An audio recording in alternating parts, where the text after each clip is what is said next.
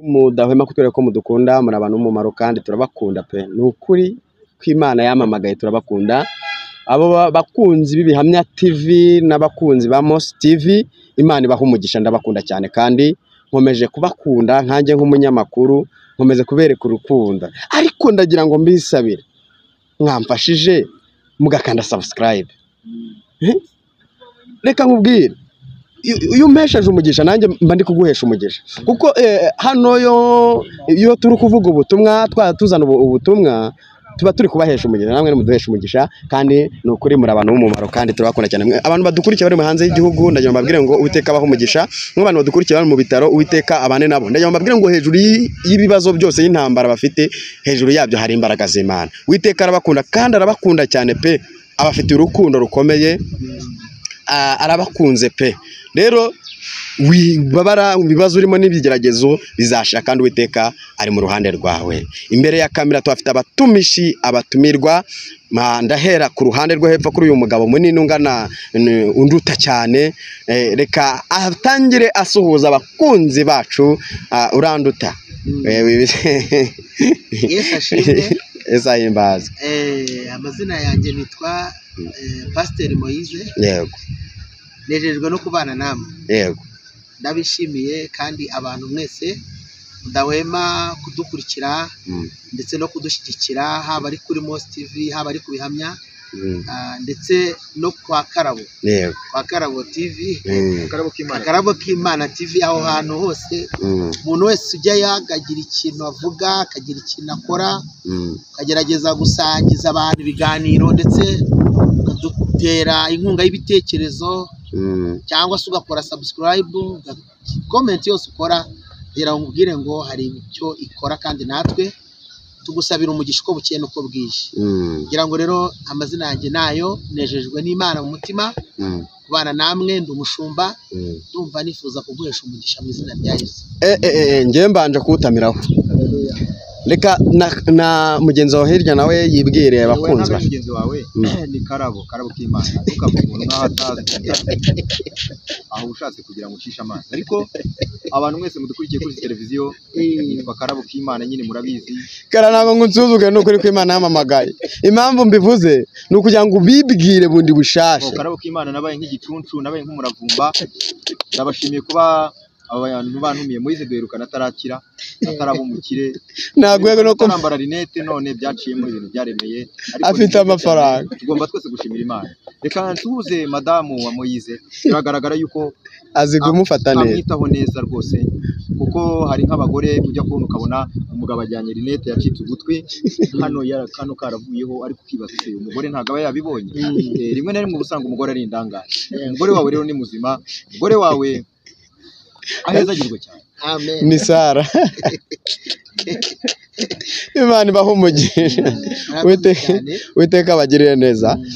bakunzi bacu rero murumva ko turi kumwe n'abantu b'umugisha turi kumwe n'abantu b'abanyamavuta abantu Imana yahezagiye umugani w'abarundi abantu Imana yahaye umugisha umugani w'abanyamurenge muri aka kanya rero ndagira ngo ntangirire kuri Pastor Mushumba wacu ndagira ngo nkwibarize ikibazo muri no minsi turimo turagorwa cyane no kumva gutega amatwi abakozi b'Imana birimo biratuvuna yego impamvu biri kutuvuna kubera ko hari ibyo mwatambukije reka namwe mbakiremo muraza kubyisobanurira hari uburyo isura y'Imana yagiye ihindana kubera twebwe cyangwa abavuga butumwa cyangwa yego ndagira ngo niki wabwira abadukurikiye mugiye gukora kugira ngo twongere tugire icyizere abashumba cyangwa bavuga tumwe n'abahanuzi nakoze cyane iyo sura nibyo kuko yarahindanye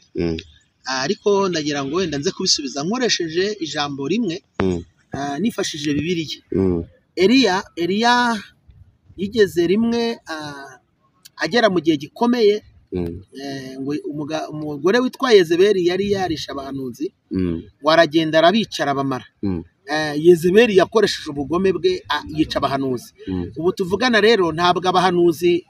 Yezebeli yabishe ngo bapfe tubashyingure ariko yishe amazina yabo yica n'ubuhamya bwabo muri make dayimoni yishe abahanuzi b'icyo gihe ni nayo yahindukiye izayo hari ubundi ugapfa ukarangira no gupfa uhagaze biravuze ngo rero iyo ngiyo yabishe kera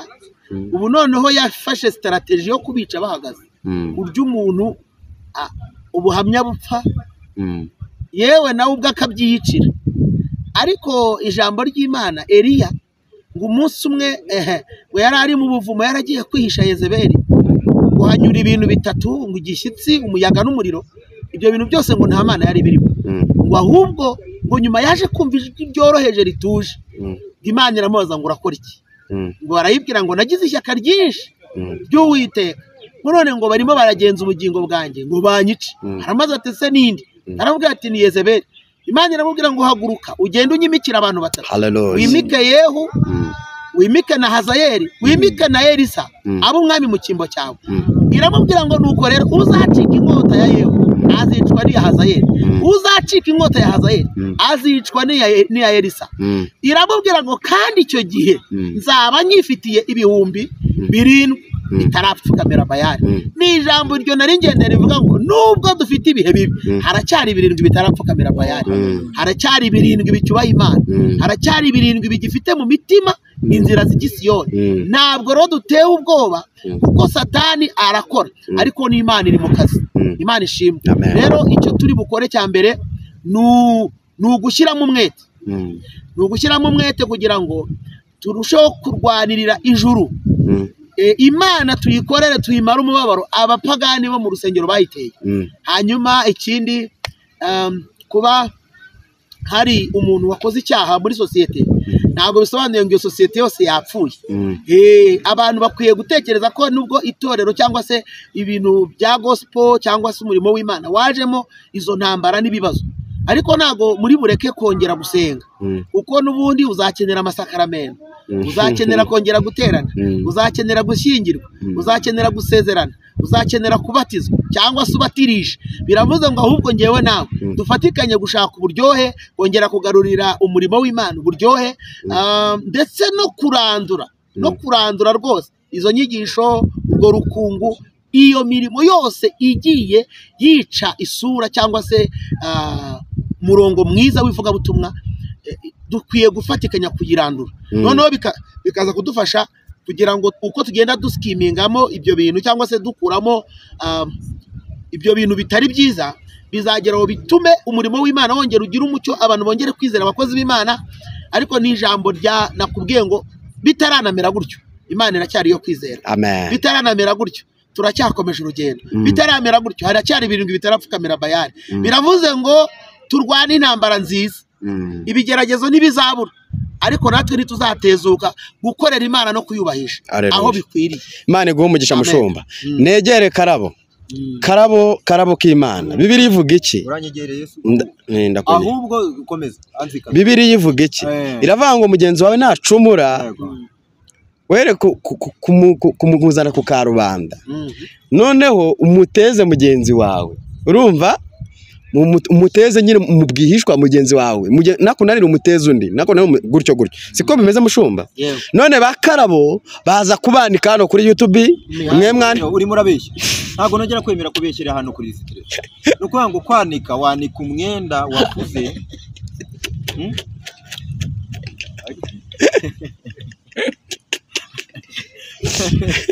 urumva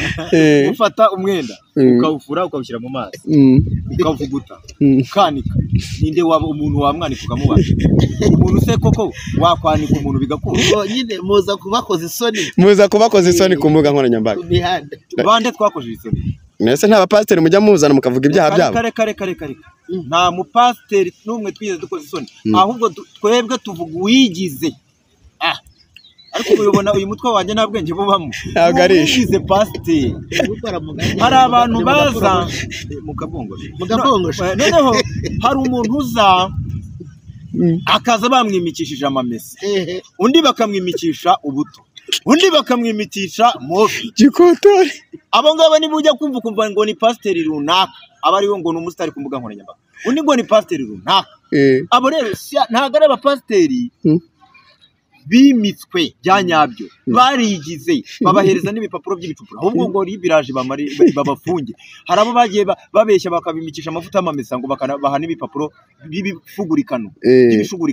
abo rero nibo tuza tukavuga rero baje bivanga na ba Pastor Moise Pastor Moise ni umupasiteri ndamwemera ariko hari abandi bashaka kugira ngo Moise kandi abo ngabo ba Moise bo kubera baba bari mu murimo w'Imana ntibabamenya abo rero nibo baza bagashaka gusiga amatotoro ivuga butumwa abo rero twebwe turaza nk'abakozi b'Imana mwese mukora isuku tuba tuje gukubura kwigira neze nawe wumvishije umundi nakubuye wowe inzoga akayinywera hano muri kwasitera azamuka ngo avanga ngo za Jameson ngakavanga ngo za Hennessy nimba ari Hennessy ako Hennessy we nta bushobozi afite bwo kuyigura ngakavanga nani ubushobozi afite bwo kugura ntabwo bwa Hennessy bwo ntabwo urumva kiko agendera mu modoka nayo yahora akoresha kuvuga ngo hari y'imbozi IPS rikava muri none akagerekaho n'ibyaha ntanasenga Imana ngo basibihindura ukuzi kuba umupagani ukaba n'umukene ikibazo kuba umupagani ukaba n'umukene agakwiye kumesa agahinda kageretse ku kandi hari umuririmbyi aririmbye ngo impanuka y'imodoka ngo siyo mpanuka gusa ngo no gupfa udafite Yesu iyo nayo ni impanuka rero hari n'abantu bajya bakunda kutwibeshyaho nk'abakaramo twebwe iyo turi hano ahubwo mujye mumenya ngo ariko uzi ko twebwe ibintu dukora ari Imana iradushima na leta y'u Rwanda iradushima kuko nimba uyu munsi leta ivuga ngo hari abantu barimo kwitwara nabi mu ivugabutumwa bibi gatangaza kavuga ngo mu bantu barimo kwitwara nabi ku mbuga nkoranyambaga cyane cyane ni abari mu gisata cya gospel iyo tuje rero tukagaragaza umuntu wakoze ikintu kibi kandi twanabibonye icyo gihe dukuriraho urujijo n'abantu bari batangiye kuvuga ngo u Rwanda rwanga abakozi b'Imana u Rwanda ibi n'ibi uri kumva tuje mu mijyi ibiri tuje nk'abakozi b'Imana ariko nanone turi abanyagihugu tugomba no gukora igihugu cyacu bose tuzafata abantu b'abasirikare tuvuga ngo ntago akora igihugu akorera igihugu karabo k'Imana niki wagenera abakunzi bacu niki nk'ubutumwa bw'Imana bafate Bibiliya bahere ku ntango ahihereye bongere basome bahinduke mushumba wowe twavuga bikeya uko iyi mvura nayo ndumva ishobora kuba ari gatumwa ishobora kuba simbizi icyo navuga abantu bakwiye gukora ibikorwa bihindura abantu bibahindurira kuri Kristo uruta kuvuga amagambo yabaye menshi kuruta ibikorwa rero abantu nibakore kuko Bibiliya yarabivuze ngo muzabamenyera ku mbuto mureke rero umuntu wese agaragarire mu mbuto kuko Yesu nabwiza avuga ngo tubarebere mu biro ntabwo yavuze ngo tubarebere mu gihagararo yavuze ngo tubarebere mu mirongo myinshi basomye yaravuze ngo tubarebere ku mbuto zabo muzabamenyera ku mbuto umuntu wese rero ku rwe ruhande niba ashaka kugira ngo akore umurimo neza n'Imana imushime natunganye imbuto ze nizitunganya nta n'uzamwibazaho nta n'ikibazo kizaba ibyo bintu bizarangira reka ngire icyo nongeraho nimba uri umukozi w'Imana ntukanywe twibirindure ngo ni inzoga nshyashya yaje nimba uri umukozi w'Imana ntukanywe umusaturamano ntukanywe imbutabuta ntukanywe kadashinyika kizwa ku gato reka mbashimire Imana ibaha umugisha ciao